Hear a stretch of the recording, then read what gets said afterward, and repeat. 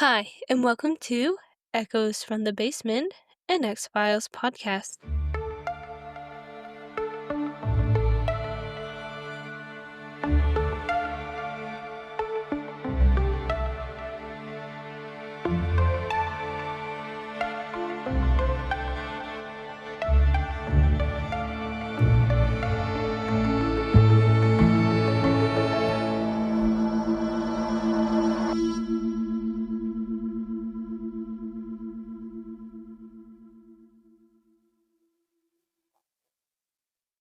Hi, everyone. I'm your host, Alice. Today, we're stepping out of Agent Scully and Mulder's world and into our own reality, where the strange isn't just theory and the unexplained hides in plain sight. This is Mini X-Files, Case 1, The Abduction of Betty and Barney Hill. Hey, everyone. How's your night going? I'm just late night podcasting in my PJs, having a great time, spending some time by myself. Today we're talking about the abduction of Betty and Barney Hill. I got my resources from the Appalachian Mountain Club. I'll tag the link in the description below. Let's get started. Picture this. You've just gotten married to the love of your life.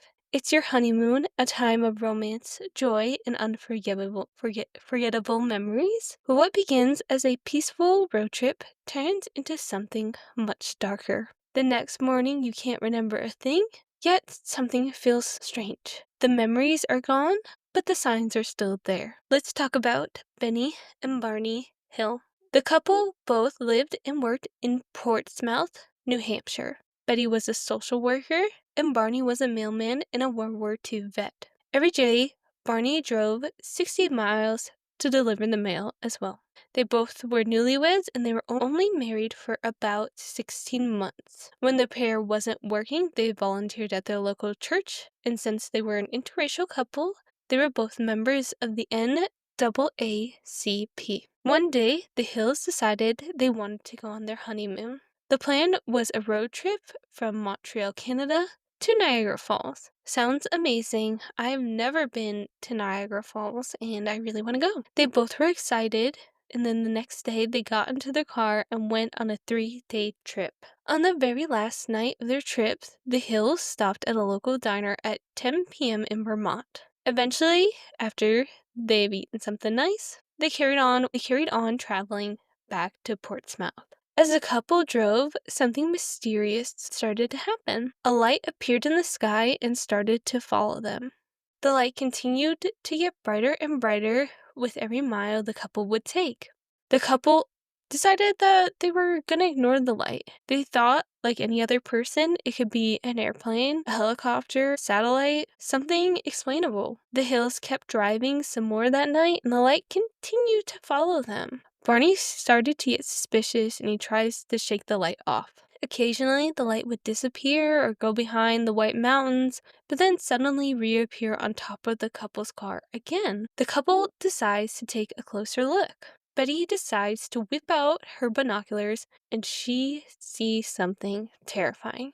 The light is not a plane or a rogue satellite, a helicopter, anything like that. It's a spacecraft. Betty can see something rapidly spinning in the sky that looks like your typical spaceship. It looks like a flying saucer. It's flat, pancake-shaped. If you go on the websites, they have a drawing that Betty did to depict it. Barney was panicking at this point because he is like, what is on top of us? What are we going to do? His World War II vet instincts kicked in, and he knew that they were in some kind of danger. The couple decides to speed up, and eventually the spacecraft hovers right on top of them. When I was reading the article, I think it stated that it was 100 feet on top of them, so very close. Could you imagine you're just trying to enjoy your night out and a spaceship basically lands on top of your car? You would be panicking. Barney decides to get out of the car. It comes to a screeching halt. He gets his handgun out and he is locked and loaded. Barney sees these beings wearing gray suits on the ship.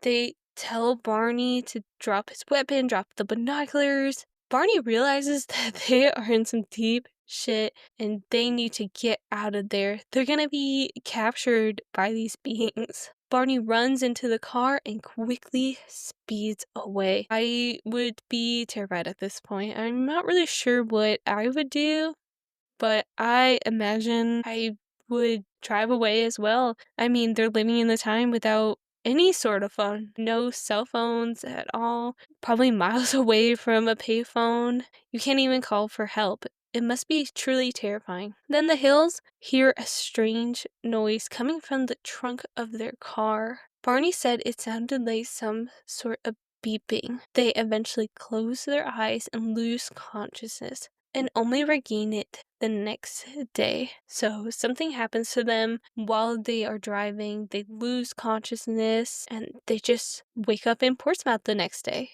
They have no idea what happened that night and how they managed to get to their final destination. So now all of that has happened to you and you don't even know how you got back to where you needed to be. Betty's dress was torn and Barney's shoes had scuff marks on them. Their watches stopped working. So the Hills can't remember anything of what happened that night, but they know that something has happened. They clearly have evidence that something maybe bad happened to them. They went through some sort of event, but they just can't remember. The couple tries to recollect the details of that night, but they just can't. Betty decides she wants to go to their local library. She needs some more info. And she reads about alien abductions. Betty thinks, pretty sure we were abducted by aliens that night. I have to go to the local library and check it out. Eventually, the Hills had to go back to their normal lives. I feel that it would be so anxiety inducing because maybe you would get picked back up again by some aliens. Years after the couple's abduction, their memories slowly started to creep into their minds. They start to remember their experience of that night. Through the use of hypnosis, however you may feel about it, the couple's story starts off is that the UFO landed on top of their car and put them to sleep. Their car boarded the spaceship, and next the Hills were taken aboard the spacecraft and separated. Truly terrifying. Sounds like an X-Files episode. If that was me and my husband, I think I would be very upset and panicking. Then they were both told to remove their clothes and lay on this metal table, just like at the doctor's. This is the crazy part. The Hills stated that they were tested on. The gray beings would take hair, skin, and nail samples from Betty and Barney. The beings would also put needles into different parts of the Hill's body, including their heads. One alien even put a needle into Betty's stomach as some sort of pregnancy test. The couple also discussed that these aliens had a leader.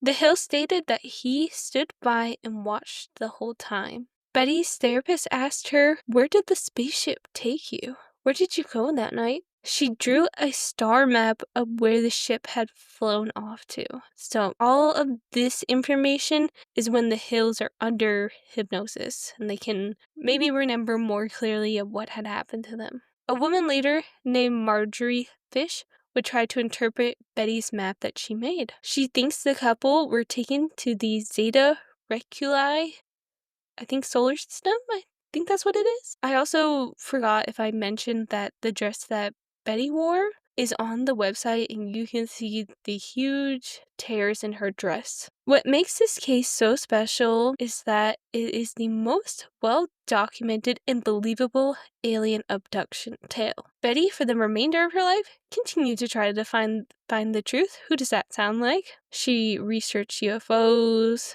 did some more research about her abduction. Betty and Barney's story is very popularized and it made them into public figures. They also, if you go on the website, have a historical area marker where they were abducted. The couple's story shaped the way we think about aliens, from the X-Files to other different shows that feature aliens. It also changed the way we think about aliens and their narrative. On the website, I read that during this time, Betty and Barney's abduction, we described aliens and pictured them as these friendly beings that would come down to Earth and just visit. but their story changed that. It changed the way we see aliens forever, basically depict them as these devious beings with their own malicious intentions. So they are not friendly. They're not here to be friends with us. They might have something else in mind. And that's the case of Benny